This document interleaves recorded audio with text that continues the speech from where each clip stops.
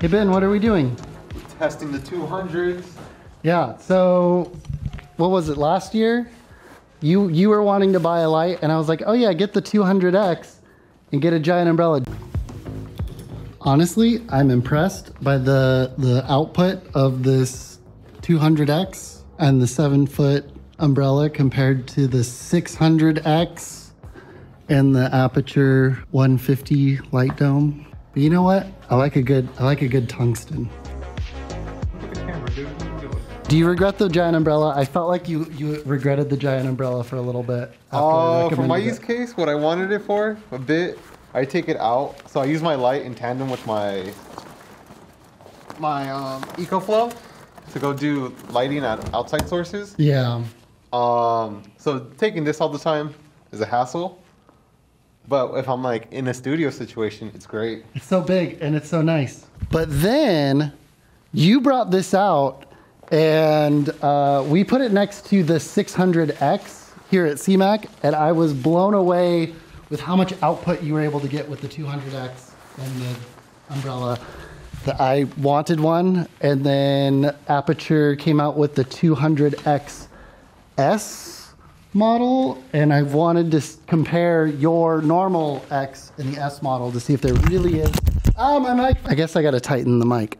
So I've wanted to compare the S model and the non-S model to see like how much of a difference there is, because I probably, like, you can still buy the normal X model for like $50 cheaper than the S model. So I guess we're gonna try to help people save some money. Yeah, let's see if it's worth the $50. Okay. Big umbrella, big softy. Striking. Oh, I had it at 1%. But at 100%, it's pretty bright. What do you think, Jeff? It's pretty bright. What are you at? Oh, I'm at 3,200. 100%? At 100%. I need to grab the chip chart. Should I just use this camera or should we get a C70? Okay, here is the 200X, the OG on the chip chart. The 200XS on the chip chart. The 200X looking nice, looking good. And here is the 200XS. There's this one on the left. This is the original 200X. This is the 200XS. Honestly, looking pretty similar. Yeah, maybe the S is a little more magenta, or the X, the original, is a little more green. I don't know, but they're pretty dang close, at least on the camera screen. Waveform seems to be outputting the same amount of light level between both lights at 100%. The S is a little bit quieter than the regular X. Okay, well that's another There's not plus. enough- yeah, I could hear the fan noise from mine, but yours is fairly quiet. Okay, they must have swapped out the fan module. I also just really like that the umbrella goes through the light, and the light only has to be halfway as tall as you actually want the umbrella, because the umbrella is 7 feet, and you don't have to put the light as high up in the air, whereas with the light dome, the fixture has to be a lot higher up in the air. So another thing you can do is swap out a different kind of umbrella. This one's got the shiny inside versus the soft. And I'm glad that both of these lights have basically the same output, because I want to see, I could swap the umbrellas and like check the levels, but I want to just have two side by side and eyeball it. And yeah, the shiny one is less like smooth on the inside. But it doesn't necessarily seem to be giving more output. So maybe don't get the shiny one. Don't make my mistake, because it's neither softer nor much brighter. It's a tiny bit brighter in the center, but it's not worth it. So don't buy the shiny umbrella. Get the one that's the soft white on the inside. Yeah, get this one. Oh, but we could flip this up a little better. Oh yeah, look at that. Now it's even softer. Ben thought if we push the umbrella further away. It is brighter. It is but not by much. It's not like enough brighter, you know? But it's not even. And it's not even, and it's not enough brighter to justify. They were the same price, but if you only get one, get the all soft one. My last tip was that I had one of these Amazon Basics camera bags laying around. I took all the inserts out, and the light fixture fits perfectly in it. It doesn't fit with the reflector, but I'm gonna use it with the umbrella more than I'm gonna use it with the reflector. So yeah, if you have one of these little camera bags laying around, it may fit the fixture, and then the power brick fits in the front pouch. Yeah, travel hack.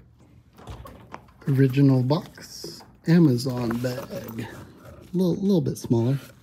Okay, back at my computer. It's been a crazy couple of weeks. It's been weeks since we filmed that other stuff. But I wanted to take a look at what the chip chart looks like on the vector scope and see if the newer 200XS is more accurate than the original 200X. And yeah, since recording that first bit, they've sold out of the original 200X, 100X. You can't even buy them. You can only buy the S models now, but maybe this will still be helpful if you find one used. And you want to save $1. We'll see. So let me start screen recording. And here we're looking at the 200X non-S model on the vector scope. I've already got it kind of cropped in the frame here, so that's all we're seeing. And the camera was set to 3200 Kelvin. The light was set to 3200 Kelvin. And we're just going to see how accurate it was based on its reading compared to how it looks from the camera in the thing. Now, you know, the camera has its own kind of color cast, although I do think the C70 has some of the best image. It's got like one of the best sensors other than like an RE. But yeah, looking at the vector scope, like honestly, we're pretty good. We're pretty close. It does look like we're a little off center. So if I just toggle the whole clip off, like there's the center. We're just a tiny bit off center, but our skin tone is on, our reds almost on, yellow and blue and magenta are a little off. But honestly, with just a little bit of correction, we could be pretty dang close with color accuracy. And honestly, the skin tone is where it counts, and it's hitting that pretty spot on. I'm relatively happy with how that looks. And if I were to adjust this, I'd go in and do some hue versus hue. I did add a little bit of saturation to this clip. You'll see that here in my this is part of my normal C70 grade. I add a little bit of saturation, and then I add the Canon log lookup table to 709 wide DR. There's the new Canon Canon 709, but it's actually less contrasty than, oh wait, I put the Canon log 3.1 on, but it is still just a tiny bit less contrasty than the wide DR. I like the wide DR than the Canon 709. You can see things kind of punch just a little bit more there, and you know, that's just what I've been used to. That said, if we do switch over to the Canon 709, yeah, we're still a little bit off on the yellow, the blue, the magenta, the cyan, but our skin tones are still on the money, which is good. That's what we want. And yeah, if I wanted to make some changes, I'd add hue or color curves and then hue curves, and I would just go in and kind of tweak red, green, yellow, blue, magenta to get them to hit their respective dots pretty easy. I've done a video about this, so if you're interested in that, you could go check out the link. I'll put it in the doobly-doo. Anyway, so original 200X, not bad. Skin tone's on, that's what matters. The new 200XS, same thing. Camera was at 3200 Kelvin. The light was at 3200 Kelvin. I added a little saturation, the lookup table, and the now masked just to mask out the chip chart. And honestly, it's looking the same. It is still a little off center. Still, skin tones are still on. There's still a little shift in blue, magenta, and cyan. Yellow's a little bit better on the mark here versus here. And it is overall a little bit more of a saturated image kind of overall. But still, so I can tell that it's saturated because these ends kind of poke out a little bit farther. The further they are to the edge, the more saturated it is. And here's Ben on the skin tone on the original 200X. His skin tone just a tiny bit more red, but honestly the same amount. So the claim that the Amaran 200XS and 100XS are more color accurate really isn't that much different. They're almost exactly the same. So if you can find a 100X, 200X, or 100D, 200D, I don't think it's gonna be, worth $50, $100 more to necessarily go out and buy the new one. That said, you can't buy the old one new, but if someone is selling one, I think it's still going to be a good value. That said, Ben did point out the fan is quieter on the 200XS. And I know that was kind of a problem with the original batch of 200Xs. And so the fan noise was too loud. Supposedly, it got quieter after a firmware update, but it sounds like the 200XS is still quieter than that. So if that's something that matters to you, probably the 200XS is your better buy.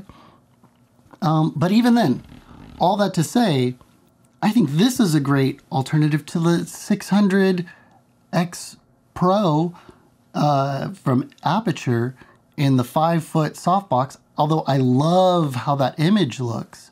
I've used it a bunch in my work at CMAC. The 200X with the umbrella and the softy on it is almost as bright. And, at the end of the day, I think the 200X is a great buy. I think the 200XS is a very good buy, especially since it's the only one you can buy new now. And I'm really excited to get to use this on my personal projects now. Need a big soft key light? That's going to be my go-to from now on. But that's it for today. If you like this video, give it a thumbs up. Thank you to CMAC. This video was made possible in part by the Community Media Access Collaborative. If you live in the Central Valley of California and need access to a studio, check out cmac.tv. And if you want to learn how I set up my iPad to be an AV display for Final Cut Pro, it's not just Sidecar. I've got universal control with the mouse, but I'm actually using it as an AV output with NDI. If you want me to do a tutorial on how to set that up, it's a little janky and you have to have your iPad on the same network over Ethernet as your computer to really get it to work smoothly. But it is very cool. I've wanted to do this and I found some help online. And even then it still wasn't super clear. So if you want me to make a tutorial about that, let me know in the comments. Otherwise, I will see you next time. Peace.